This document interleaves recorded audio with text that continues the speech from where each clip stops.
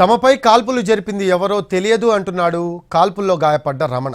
మాకెవరితోనూ గొడవలు లేవని చెప్తున్నాడు. మరిన్ని వివరాలు మా కరెస్పాండెంట్ అందిస్తారు.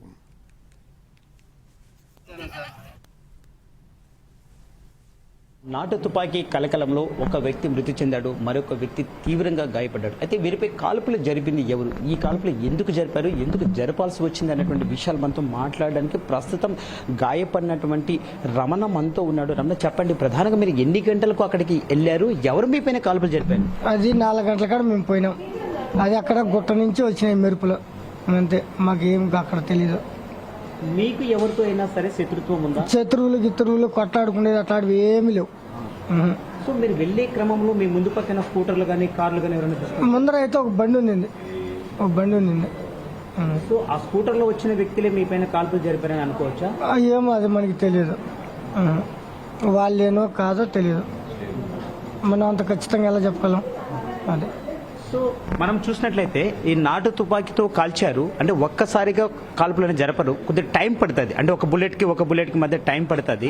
మేము చక్కగా ఇద్దరం పోతాను వెనుక ముందు పోతాను. ఆ సౌండ్ వచ్చినప్పటికి మాకు ఏడ పడిపోయింది. అటు నొప్పికి తట్టుకోలేక పరిగెత్తుకుంటూ వచ్చేసిన ఇంటికి. నా వెనక మా ఆయన వచ్చినాడు, అంతే. సో ఆయన మీతో పాటు తొందరగా వచ్చాడా లేక అక్కడ ఏమైనా పడిపోయాడా? నేను వచ్చిన తర్వాత 5 నిమిషాలకు ఆయన వచ్చినాడు. అది. సో ఈ ఘటన జరిగిన తర్వాత అక్కడ ఎవరు చుట్టుపక్కల మీరు చూడలేదా? చుట్టుపక్కల ఎవరు కనపడలే, మాకు ఎవరు లేరు. మనం చూసుకున్నట్లయితే ప్రస్తుతం ఈ ఘటన జరిగినప్పుడు మొదటగా కాల్పులు జరిపినది రమణ పైన జరిగింది. కాల్పులు జరిపిన వెంటనే అతను అక్కడి నుంచి అరుస్తూ పారిపోయాడు.